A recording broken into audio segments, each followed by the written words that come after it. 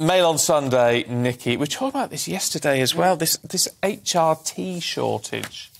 Yeah, so, I mean, gosh, would this happen with any other medication is kind of the question that we're having. So about 1 million women in the UK need some kind of HRT, and it takes different forms. And at the minute, there's a shortage of one particular gel. So the problem, apparently, according to the Mail and campaigners, is that local NHS trusts can't sign off quick enough the prescriptions, because there's been a great increase in the number of people that are requesting it, which is obviously to the good, but it's not to the good if then lots of people are starting the treatment and then having a disruption to their treatment at some point. We know that the Tory party has just appointed HRT czar, a bit like what happened with COVID, the COVID task force, to try and, push this issue forward. And Caroline Noakes, the Tory MP, has done a lot of campaigning about HRT. She even came out and said that she couldn't get some herself and had borrowed some off one of her colleagues. She was explaining the issue that lots of women have been trying to kind of beg, borrow, steal somebody else's because they are suffering. And it's important to remind people how serious the consequences are of not having HRT if you need it. Brain fog, depression. It's not just things like weight gain and moods, which is what people think.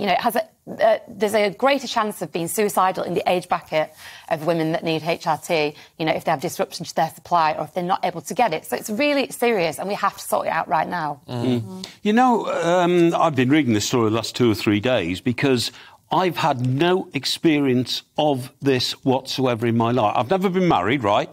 I had lots of relationships when I was a younger man, but I don't think I've ever had a relationship with a lady who's got to menopausal age. So I am completely ignorant of this and have had to read up very, very carefully on it to find out what's going on. Look, I'm the problem, because I'm a male who simply doesn't understand what the fuss is all about until I get into the subject and try and find out, you know what I mean? And yet it affects half of the population of the world, and I don't get it. I noticed, by the way, in this Mail story that Nikki's pointed out, is once again, it says that it's shambolic arrangements inside the NHS which have led to a lot of these problems.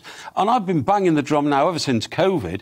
Look, the NHS is brilliant, we all love it, but doesn't it need a wholesale review of resources and how we use them, how much money we waste, and we don't get priorities like this, into perspective against other things the NHS does, which aren't as important. And just one more observation. The same paper, a few pages further on, Alexandra Shulman, very famous magazine editor of many times, she's actually putting the brake on it a bit. She's saying, my message of hope to women living without HRT, and during a piece of this in her column today, she says, I believe panic breeds panic.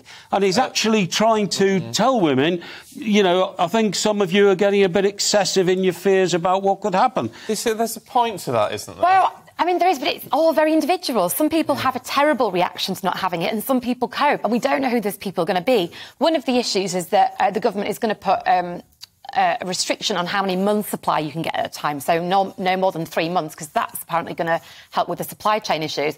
But I don't think it's very helpful for one woman who manages without it to tell everyone else, don't worry if you can't get it. No, I think that's a fair point. I mean, I'm with you, Mike, on this one. Yes. I think as men in general almost need to keep our trap shut on this one, because we just don't go through it, do we? Not only that, I don't want to talk about it, to be honest. I know that sounds terrible. I'm not ignoring the plight of women who clearly suffer terribly badly, but it's something I feel a bit uneasy about, you know what I mean? So, but the point is we need more acceptance so that it's easy to talk about so we can deal with the issues. Davina McCall has got a programme on TV this week. She talks about menopause a lot. And she says, the headline in the Mail is, it's time for husbands, brothers and sons to join us. That's exactly the point I'm making. Exactly the point I'm making. No, that's an interesting point.